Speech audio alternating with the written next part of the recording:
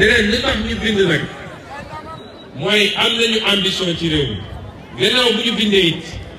wóolu nañ suñu bopp woo nañ leen yéen ñëpp ku ci bëgg na ñëw na liir bu paree ñu ñëw toog ñu débat ci publiquement mais ñàkk vision mooy andi tandus parce que ville nouvelle de Diamniadio bu ngeen ko gis ci programme bu Macky Sall bi muy bëgg a nekk candidat musul wax ni ngay def ville nouvelle à Diamniadio waaye dañuy ñëw na amul programme xam na ni yoonu yokkute yoonu yàkkute la gën a jege bu ba ko ay nit nax ko mu fay leen 3 milliards ñu andi ko PSE bii 3 milliards ñu fay ko ci suñu alal pour ñu andil ko PSE bii moom programme bi ñu ko fale woon anamu bi mu ñëwee nag ci lañ ko jaay affaire Diamniadio tey moo wax ko Diamniadio erreur stratégique la principe bu def une ville nouvelle et des villes nouvelles sax wala des pôles dans mon livre j'ai parlé de pôles régionaux mu doon en même temps des pôles de développement loolu idée boobu baax na waaye Diamniadio du woon choix bu baax bi xam ngeen ndax la bu njëkk mooy Diamniadio dafa bokk mooy début li ñuy wax la zone des Niayes soo ñëwee région de Dakar poumon vert am dañuy wax poumon vert am fi nga xam ne fa la ñu amoon verdure am fa suuf su nangu ñu mën faa def façon mbay gu ne di fa def maraîchage di fa def aviculture foofu mooy Diamniadio bañ na ba ni yàlla bindee suuf si ban la c'est un sol argileux moo tax ñi fay tabax ñëpp sonn nañ fi mu toll nii parce que il faut une technique et une technologie particulière pour nga mën a tabax foofu parce que saa yoo ko tabaxee te defoo investissement yi war pour stabiliser bâtiment bi bu tawee suuf si sekki day xar looloo andi booru mbaaw gis ngeen ay cité yi fa ne saa yu tawee suuf si sekki nga gis murs yi fissuré kon Diamniadio dañ ko waroon bàyyi mu doon le poumon vert de Dakar boo demee ci réew yu développé yi Alioune Sall ngeen ne mooy coordonnateur Paris soo demee Paris da nga fay fekk ay bois de Boulogne bois de Vinci ay centaines hectares soo demee États-Unis di nga dégg ñu wax ay Central Park ci digg New York ñu bàyyi fa ay centaines d'hectares yoo xam ne pour muy jox oxygène muy joxe CO2 pour que dëkk bi mën a respirer loolu moo nar a nekk Diamniadio bu ko defee ñi fa amoon seen tool continuer di fa bay di fa am lu ñu suturloo ku bëgg a defar une ville nouvelle xam nga lan ngay def Ndakaaru saturé na Ndakaaru presqu'île la da nga naan maa ngay dem Diourbel wala Kaolack wala Ziguinchor nga dem foofu créer fa beneen pôle boo xam ne dina mën a téye nit ñi ñu bañ a ñoom ñëpp da fàq si ñëw Ndakaaru c'est comme ça qu'on crée de nouveaux pôles mais su yemoon ci loolu sax mu tane waaye arnaque bi ñu def bi ñuy door dañ ne 1600 hectares la ñuy jël ñëw fekk ay nit yoo xam ne amoon nañu seen àq ñu nangu ko indemniser wu ñu leen indemnisation yi jaar yoon waaye tey ku ko doon nattaat sax dépassé nañu 1600 hectares yi di dem parce que gis nga man dama xam gars yi ni ñuy fonctionner ndax nekkoon naa ngi koy defee gis nga suñu commencé mbir yi dañ ciy laxas ay affaire di puus di yokk dagg séddoo puus yokk dagg séddoo loolay andi su ñu nee 1600 hectares xamal ni ñu ngi jëm ci 2000 hectares waaye lépp ay politiciens ay hauts fonctionnaires ay hommes d'affaires ñooy dagg di séddoo amul benn rapport ak programme bi te boobu jamono nangu nga àqu nit indemniser woo ko correctement mun nga bàyyi ko mu tungu ak ay problème noonu la ñu def ci terre bi parce que am na ñoo xam ne fii ci Diamniadio fii ci Rufisque fii ci Bargny teggi nañ leen te joxuñu leen indemnisation bu jaar yoon te jamono jooju dégg ngeen taay la ma wax benn dossier 94 milliards boo xam ne Kër Massar gii la mu concerné kii ñu jël def ko directeur des domaines te Macky Sall ngemb ko fële Louga waaye gis ngeen dossier boobu dañuy indemniser comme lu ñu doon luubal la ñoom pour séddoo ko dañu dem mètre carré bu nekk 37 000 francs lañ koy indemniser ba pare ñëw jël ñi dëkk ci même parage bi te bokk ci terre bi ñu leen naan ay 7000 ak 10 000 lañ leen di indemniser loolu ñàkk màndu ak ñàkk yërmande weesuwul loolu te nit ñi nag boo leen yërëmul mënoo leen jiite. beneen problème foncier bi yéen ñëpp dégg ngeen ñu wax titre Bertin 1975 pourtant conseil nu mu tudd inspection générale d'État épinglé na ci ay nit rapport baa ngi fii la ñu leen waxoon mooy na ngeen jaarale mbir mi yoon ba pare na ngeen jox waa dëkk yi fa nekk yooyu yëpp village yi foofu yëpp na ngeen leen jox ay espace yu mag pour ñu mun a yaatal village yi waaye dañ cee teg seen loxo séddoo ko jël seeni homme d'affaires mun na laa leen tudd fii yëpp mais xam ngeen li tax duma ci sori yàlla daf maa nattu balaa may jóge impôt defe naa dossier bi moom mujjee def ñu dénk ma ko man maa ko contrôler dossier boobu la su ma fi waxee nag day mel ni dama violer l'obligation de réserve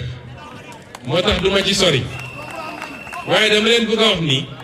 ay luubal yu rëy a rëy nekk ci dossier boobu te IGE bind na ko Cour des comptes bind na ko te ñi ko def ñi ngi fii tey ànd ak Macky Sall di gundaandaat di def ay meeting 300 millions parce que réew boo ànd ak Macky Sall mun ngaa sàcc lu la neex dara du la ci fekk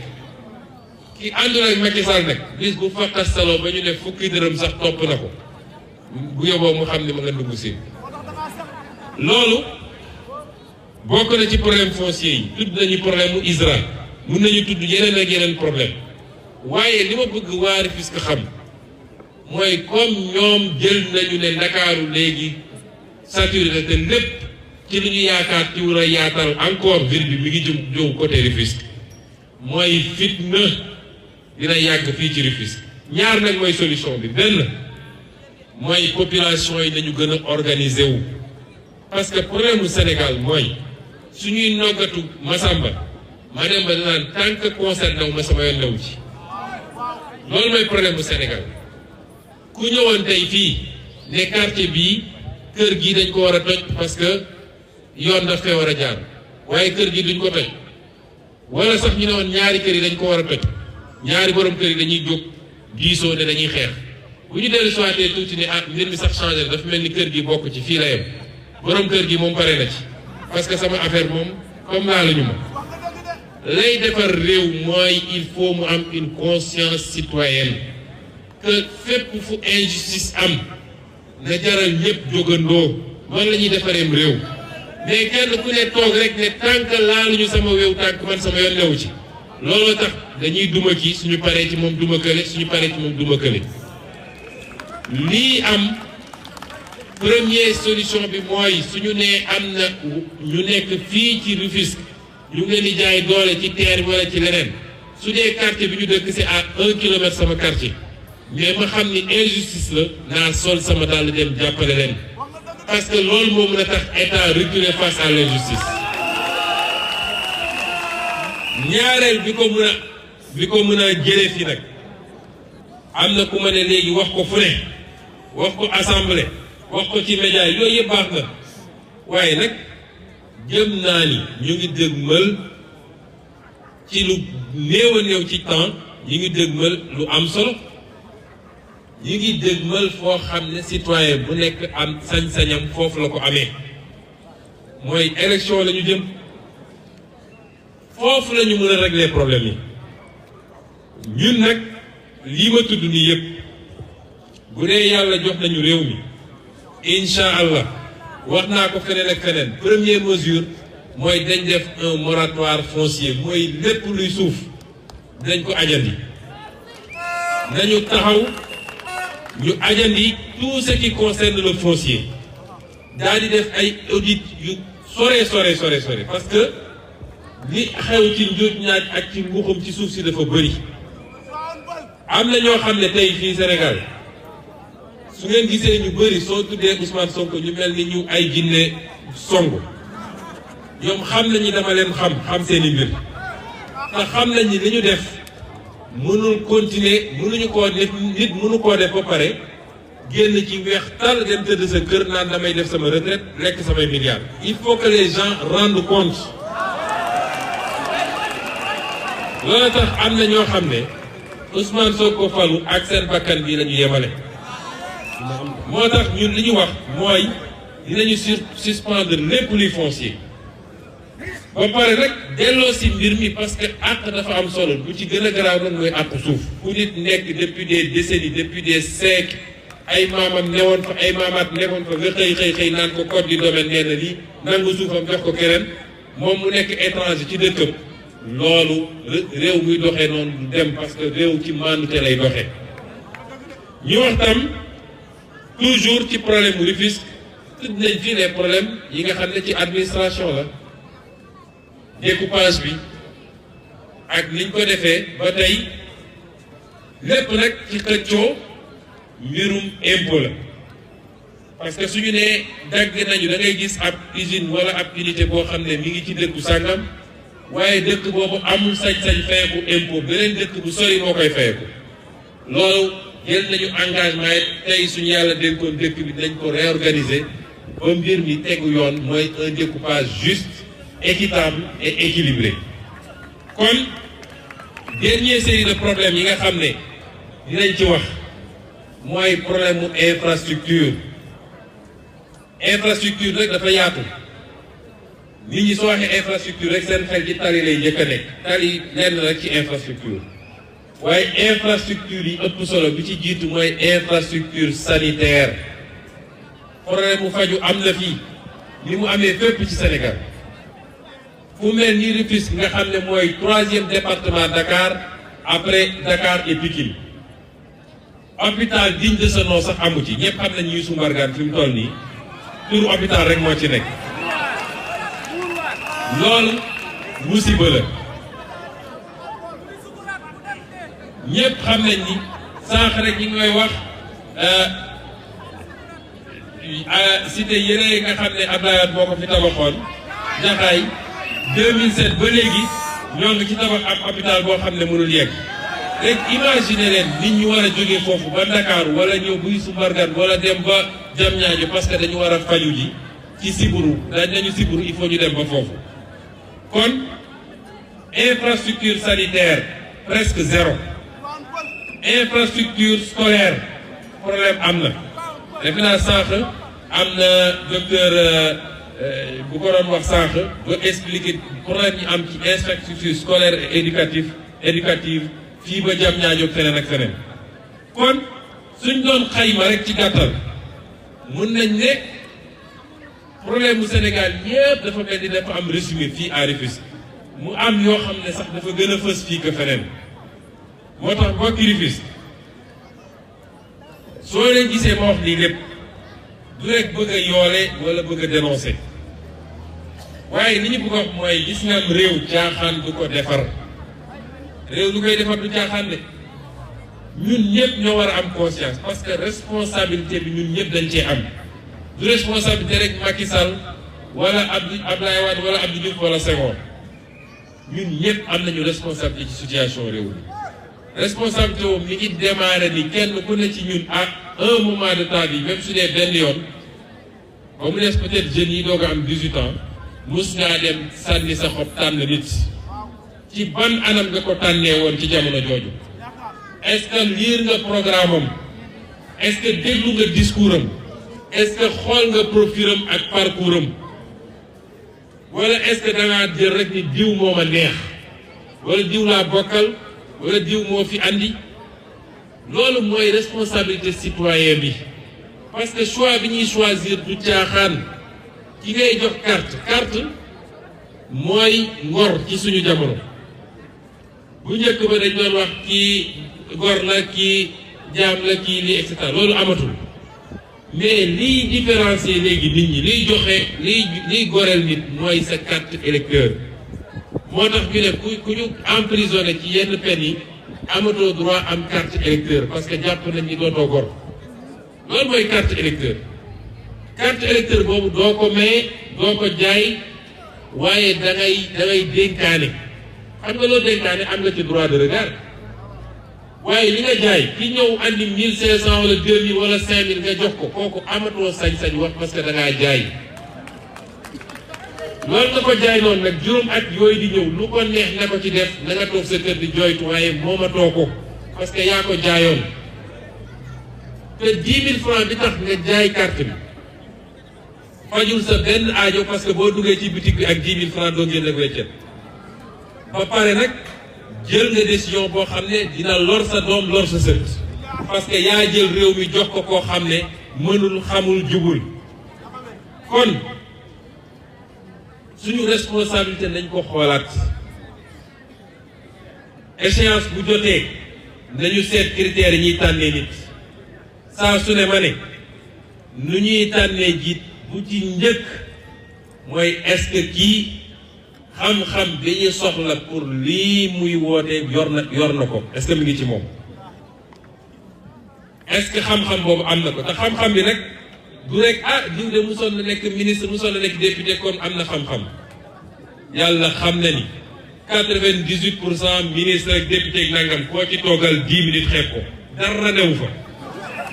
tous newu fa yor sa làmmiñ rek di politique gi mbër ba ñu xëy ñu ne sa parti toog na ñu def le ministre nga jël sa xaftaan yu foroxee yëpp sànni dem ñu defal la quelque costume cravate dina bindal ay discours loolu du xam-xam loolu du xam-xam nañu càmbar xam-xamu nit ñi nit bu am xam-xam buñ ko jox papier bu ay conseil technique bind buñ ko dicté waaye jox ko micro rek ne ko waaw mais qu'est-ce que vous pensez de la politique agricole wala qu'est-ce que vous pensez des accords de partenariat économique wala des ressources naturelles léegi nga xam ndax waa ji xam na wala xamul loolu tax koo ci ne kaa ñu débat mu ne débat wu ma parce que xamuñu wala li ñu xam bëriwut ki leen jiite nag moo ciy premier dara xamuñu ko boo waxee ñu naan way expérience su sàcc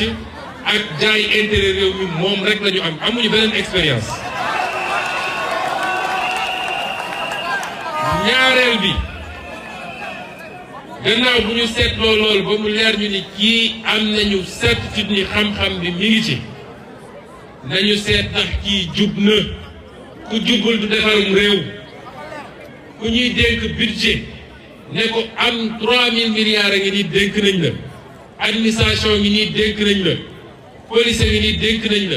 justice ngi nii gendarmerie ngi nii diplomatie ngi nii waaye kooku su jubul fu ñu jëm kon nañu xool ndax nit ki jub na jub nag ku fi mus a jaar gis nga jaar-jaaru nit ñi ku fi mus a jaar tudde nañ kii jiite réew mi tey biñ ko nee foo jëlee 8 milliards yi nga déclaré dafa ne Abdou Diouf ma ko Abdoulaye dama ko mel Abdoulaye ñëw na taxaw ne musuma koo may dërëm 7 milliards Taïwan yi la jël moo ko waxal boppam du kon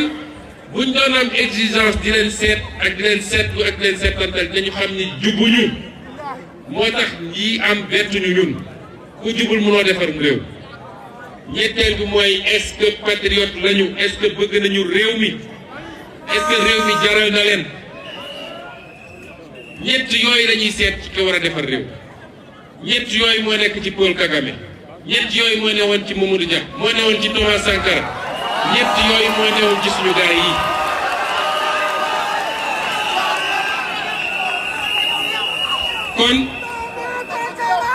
kon am nañu une occasion historique de reprendre notre destin en main du nun de bu dee man rek man mii nee na à mon âge gisuma lu may daw bay daanu waaye réew mi la est-ce que Sénégal mun nañu toog di xaaraat 5 ans suñ ko naroon joxaat Macky Sall est-ce que imaginer ngeen musiba boobu ci lim réew foofu la problème bi nekk c'est pas une question individuelle lii mu commencé nga xam ne jël na réew mi yëpp économie bi yëpp tey ne ko ay étranger buñ ko bàyyee ba 5 ans mu toogaat ba loolu ñooñu lal seen bassan francolay dañu xam ni même suñu faloon keneen 2024 dina am jafe-jafe pour dindi ko fi foofu nag la enjeu bi nekk moo tax ñu ngi leen di ñaan dem leen ngeen jëli seen i carte électeur gannaaw bi ngeen ko jëlee ñun ñëpp nañu suñu wootee suñu wootee parce que moom bëgg na téye carte électeur yi wala mi ngi tànn ñenn lay jox carte ak ñu ngi ko dul jox wala jeunes yu bëri mu xam ni les primo-inscrits sont contre lui ñu leen di jox carte d'identité pare bind ci gannaaw ni ñoom amuñu droit de voter loolu c'est un combat boo xam ne suñ leen ci woowee ne leen génn leen na ngeen génn parce que Macky Sall moomul réew mi moom ak Aly Ngouille Ndiaye bay tànn ban sénégalais moo am droit voter ak ban sénégalais moo amul droit voter ñaareel bi gannaaw bu ngeen jotee seen carte wax leen ak seeni mbokk ak seeni xarit seeni collègues il faut convaincre les Sénégalais des enjeux de 2019 bu loolu weesoo it bésu élection bi na ngeen génn massivement laa wax parce que s'il y a une forte mobilisation un fort taux de participation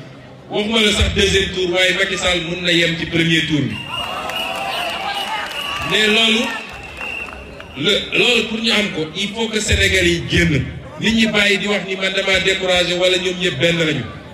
il faut que les Sénégalais sortent massivement ñu am 70% de taux de participation ñetteel bi mooy surtout yéen ñii les jeunes gannaaw bu ñu voté ba pare ngir yàlla former leen des comités de veille rester dans les bureaux de vote pour garantir la sincérité du vote ku ñëw foofu ànd ak gàngooram ne damay ñëw def bourrage d'urne ngeen jëflante ko moom ku ñëw foofu taxaw ci buntu centre yi di dogaale maire yeeg paa yeeg ñoom seen naan leen xaalis a ngi nii votel ma ngeen digaale ko moom yi ma wax nii suñ ko defee le 24 février au soir deuxième tour suy am ce sera sans Macky Sall ñaari candidat opposition lay doon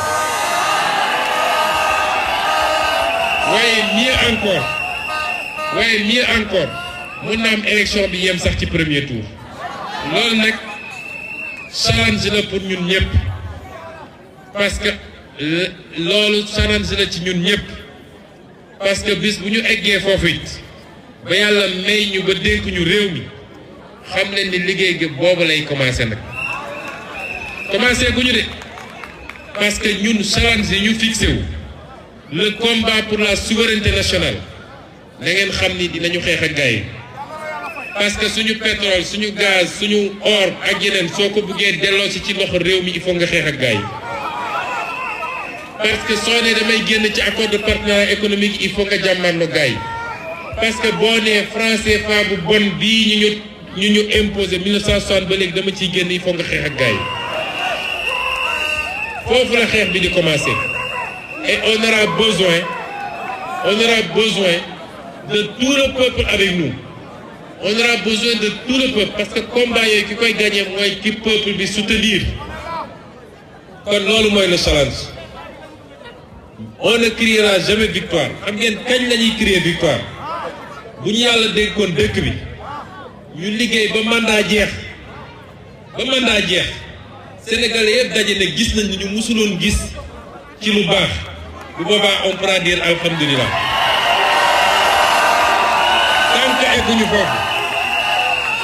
tant que egguñu foofu considérer qu'on a encore rien fait ñu ngi leen di gërëm di leen sant di leen wax ni li ñu bëggoon waxtaan yëpp xajul ci benn waxtaan waaye kontaan nañu tey ci Rufisque yàlla nañu yàlla jàppale asalaamaaleykum.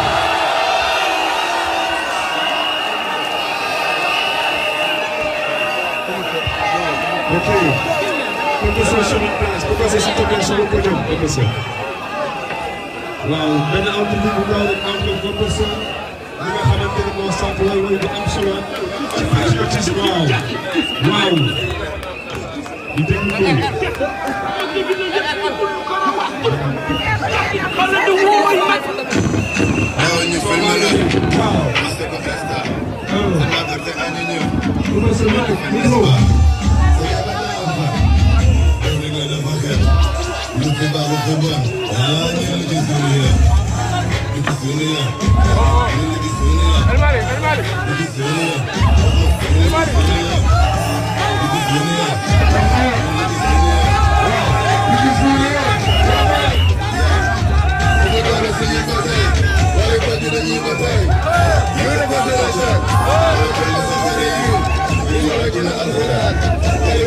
ay milliards bato la kenn seeni bor ci diggante bi ak bi bëndu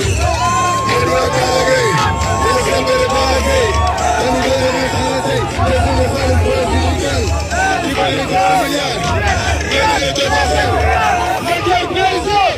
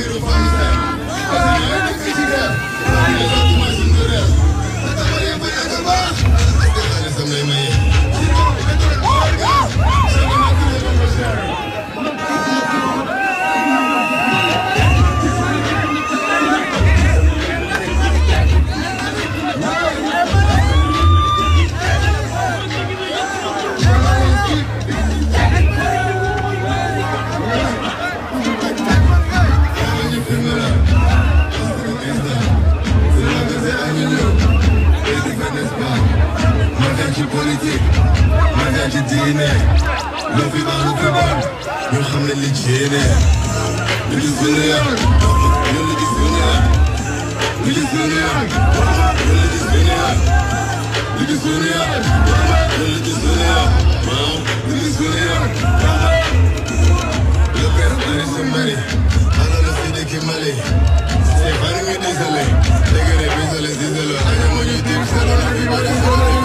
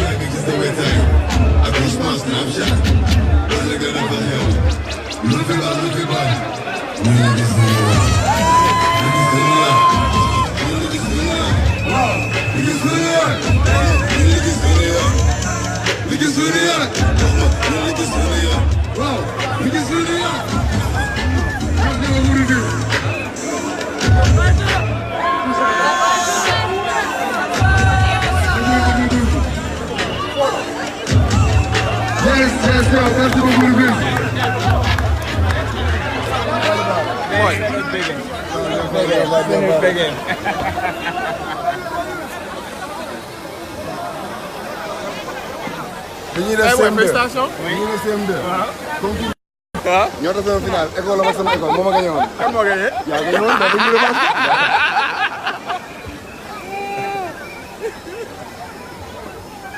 for life. For real. What's up? Les vrais, les vrais. Oh, allez yo. Hey.